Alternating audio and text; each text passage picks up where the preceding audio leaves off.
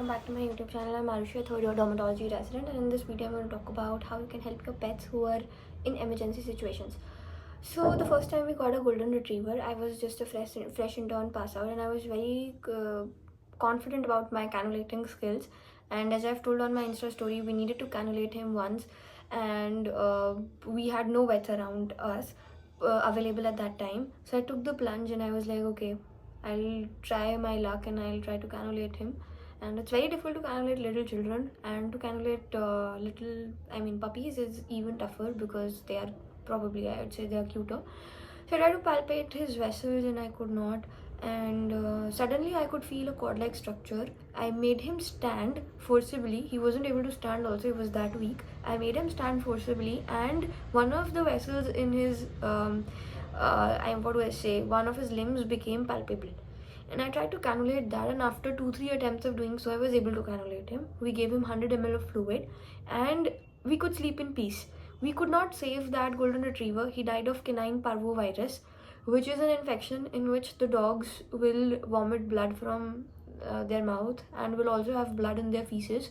So one of the few things that I learned was that you have to not orally feed dogs when they're having any GI problem. That is, not a rule of thumb, but if they have canine parvovirus, you're not supposed to feed them orally.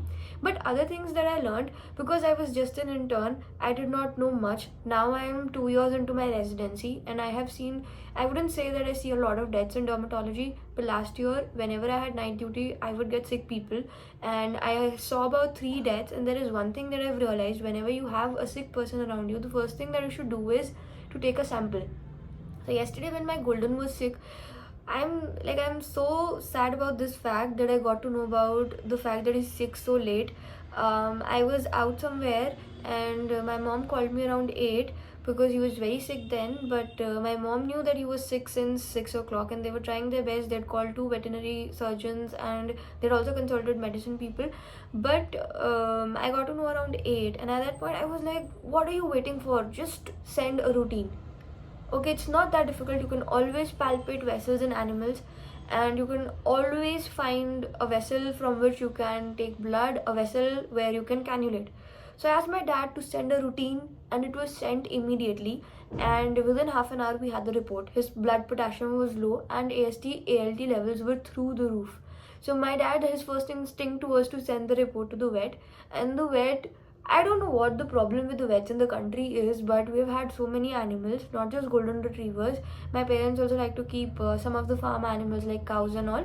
So whenever we've consulted a vet for them as well, we've had a good response.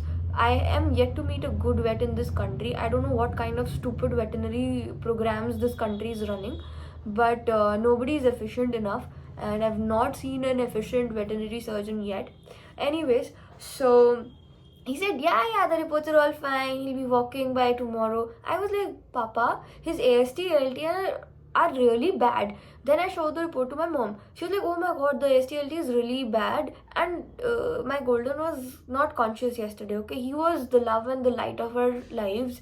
He was my brother's, like, we raised him from the time when he would fit in my palms to the time when he was this big. He was actually stronger, or you'd say taller than me. And when we got him, he used to fit in my palm. That small he was when we got him. So anyways, so my mom was like, okay, maybe he's in hepatic NCAF. That is why he's not talking to us, or he's not responding to what we are saying. He was vomiting blood. Actually, what happened was, day before yesterday, he was a very naughty child. Okay, so he had ate the lipstick, kajal and mascara that my maid had. Okay, and he ate a lot of it, and after that he had not eaten food.